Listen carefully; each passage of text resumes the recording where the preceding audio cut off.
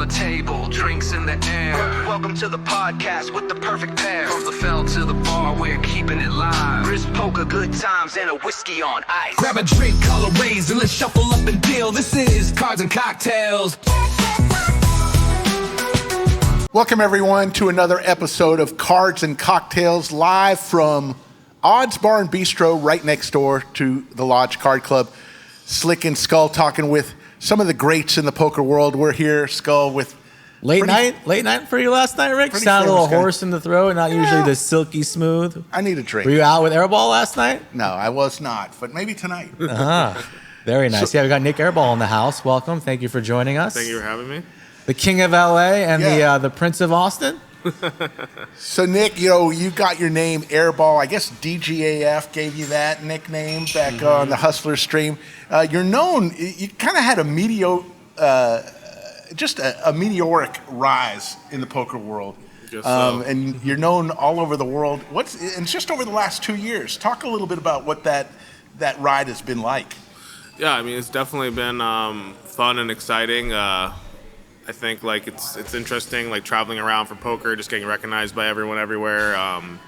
It's a little bit off-putting at times, you're just kind of surprised or whatever. I get caught off guard, but then at the end of the day, it's fun. And I just try to remember when I was really into poker and excited about it, and seeing people like Daniel Negreanu or Phil Ivey or whatever would have made me really excited. So not to say that I'm in the same category as them, but just seeing people that you watch play poker on TV is always exciting.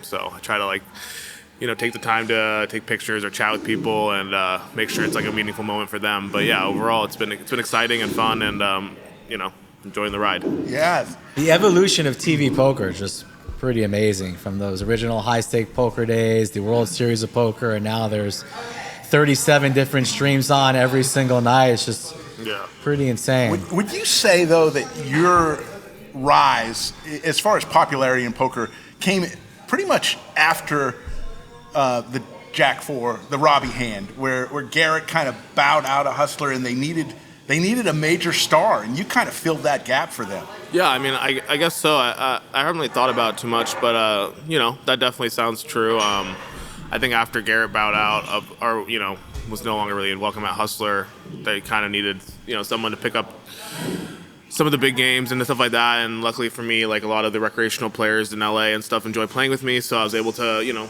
get some players to come play with us, and it worked out well for me. We don't need to talk about the growing up in Oregon, the investment banking, the moving back and forth from New York and LA and here. Everybody knows all that stuff about your family, how you grew up and all that, but you kind of enjoy being the villain at the table, or at least back in the day, maybe still now even a little bit. Or do you enjoy being more of a hero? Kind of talk about your table vibe and persona. What do you enjoy the most? Well, I never really saw myself as a villain.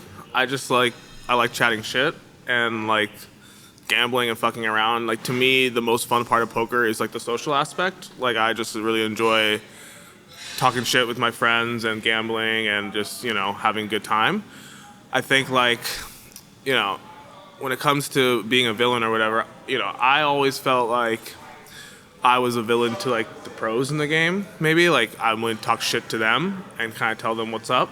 But recreational players, I'm always friendly with or whatever. I think it's more respectful. They're there just to have fun, and so you can't really unless you have that relationship. But to me, I was always just being myself, and while it came off a little villainous at times, it wasn't my intention. Is it somewhat intimidating sometimes? You're trying to get underneath new people's skin on the stream. Some rookies that might play the stream might be a little bit nervous at first, and maybe you're trying to set the tone.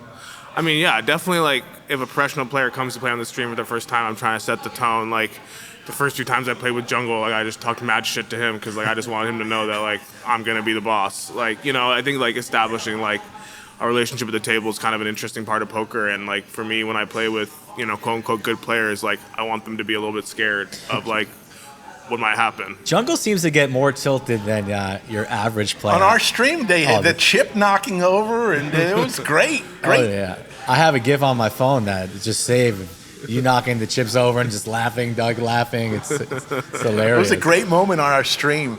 You and Rampage recently were announced as part of the new ownership group.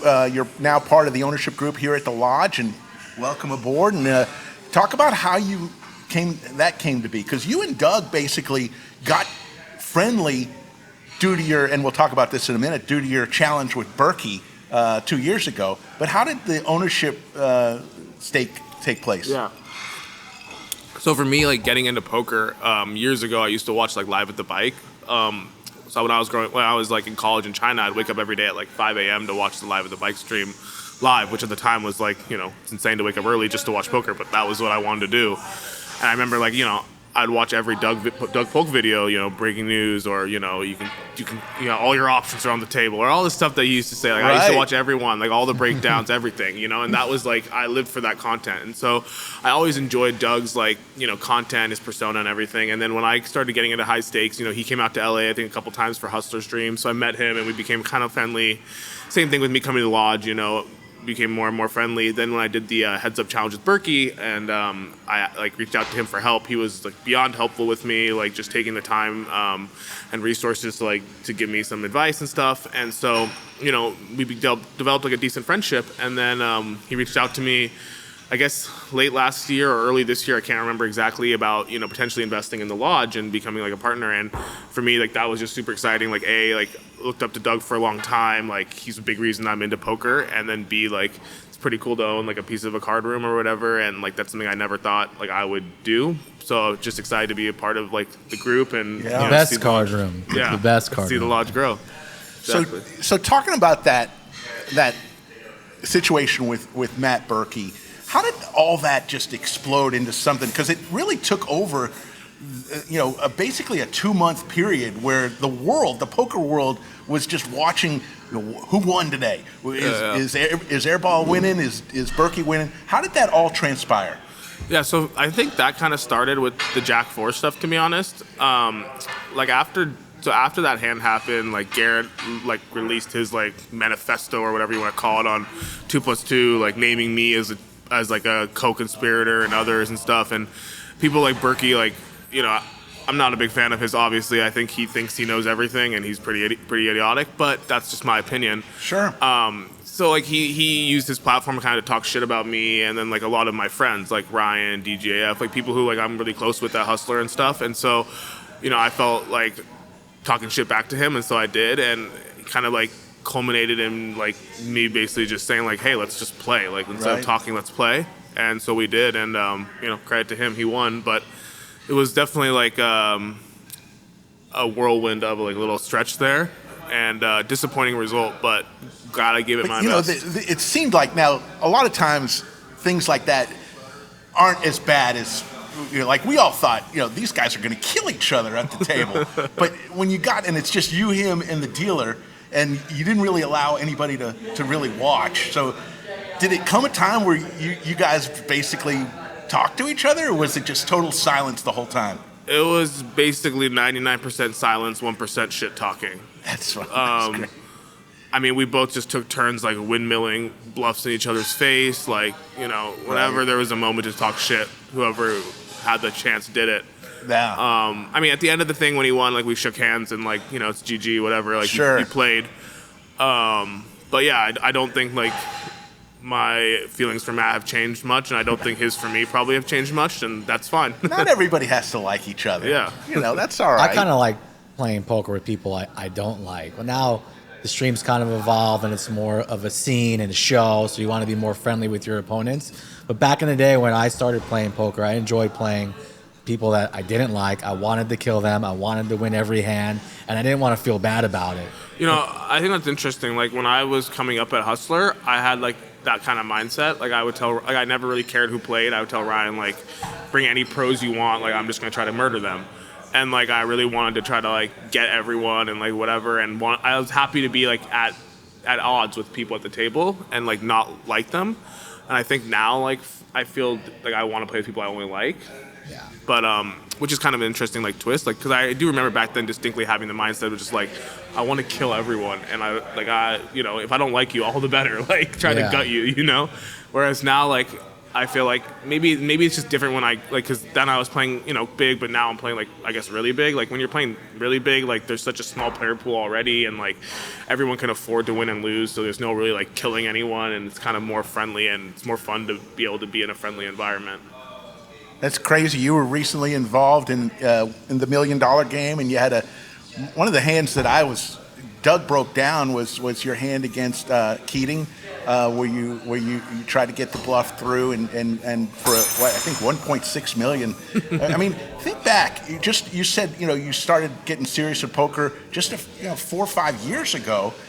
Could you even imagine making a bluff like that 4 or 5 years ago in a game like that for that amount of money? I mean, definitely not. Like I remember when I was in college and like falling in love with poker. Like my dream was like just to go to the bike and play 5-5 and run up like a 2K stack or whatever. Yeah. Like having like a stack of white chips, because the white chips are the hundreds in LA. So like that was my goal. And then I remember like watching Live at the Bike and seeing people like on Fridays buy in for 20,000 and be thinking like, how can anyone have 20,000 to play poker with, right? Like that's so insane. So no, I definitely could never imagine like playing as big as I have, or as I do, I guess, and like definitely couldn't have imagined like running the big bluffs I've run over the years. And the Keating hand, yeah, I mean that hand was probably misplayed by me, but sometimes you gotta just put a lot of money in and pray, and that's what I did. And credit to Keating for calling, but that was a fun hand, yeah. Incredible. You pretty much had your pick and say on who you want to play with. You had the opportunity to play with so many people in this game.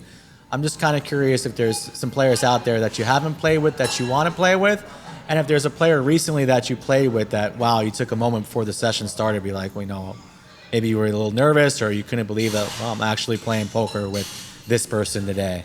I can't really think of anyone that like I particularly like want to play with. I mean, like I've played with a lot of celebrities like Kevin Hart and Russell Westbrook and stuff like that, which is pretty cool.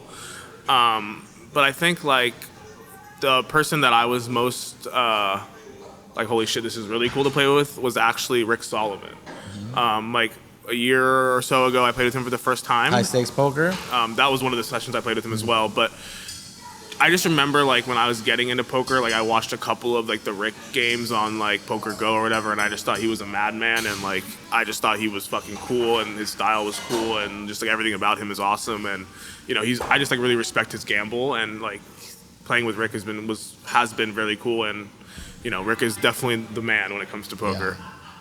So we're at the part of our show today where we play a little Jeopardy. We're going to ask you some questions. Now, we do this with each of our guests. You're going to earn 5 points for every correct answer. This is like Jeopardy, so you got to answer it in the form of a question.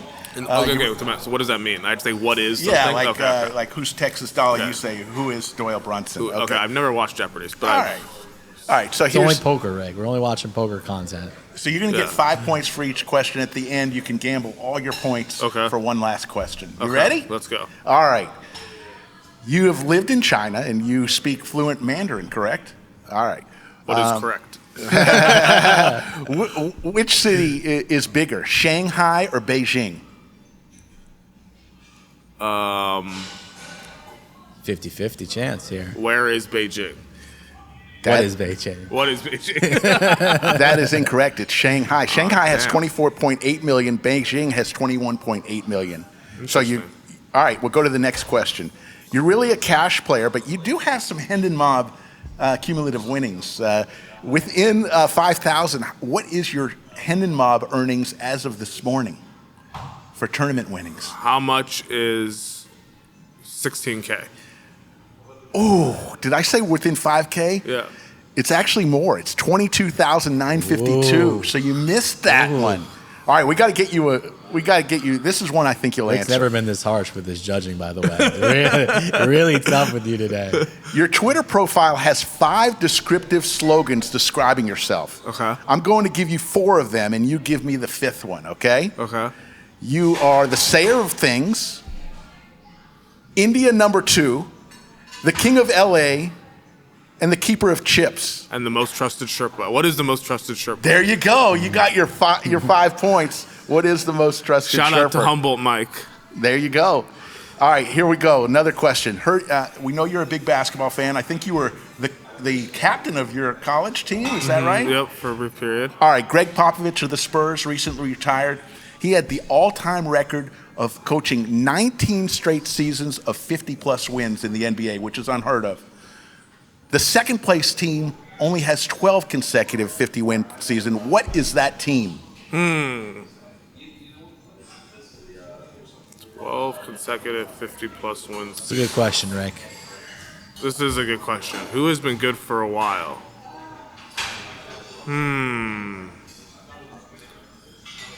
I feel like maybe it's something weird, like the Cavs or something with LeBron. That's kind of weird. This might hurt your brand, so that's your only hint. Yeah. You don't want to get this one wrong for your Twitter profile. Really?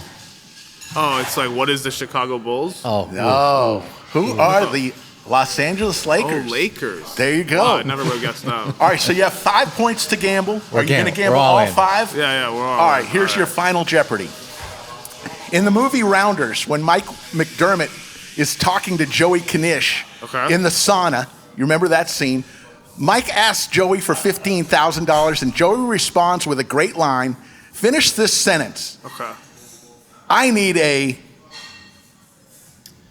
Yeah, I have no fucking clue. blowjob from Christy Turlington. You remember that? All I right. was not gonna get that one. You weren't going to get that one? All right. Rounders fans know that line. Yeah. I didn't know the You answer to remember that one. No. Well, Nik But Airball, it's nice to know what you're researching, what you're searching Yes. into Google, Rick. Nik Airball, we welcome you to the lodge as one of our new bosses, and we look forward to seeing you. Does this mean you're going to come out to a lot more streams? Because Yeah. you come out a lot, but I'm gonna try to make a trip every month. Nice. Yeah, come out more often, support the place. It's exciting to see it grow, so Nice. definitely excited. it's going to be fun. Thanks for watching Cards and Cocktails. Please like and subscribe as we bring more guests on every 2 weeks. Take care.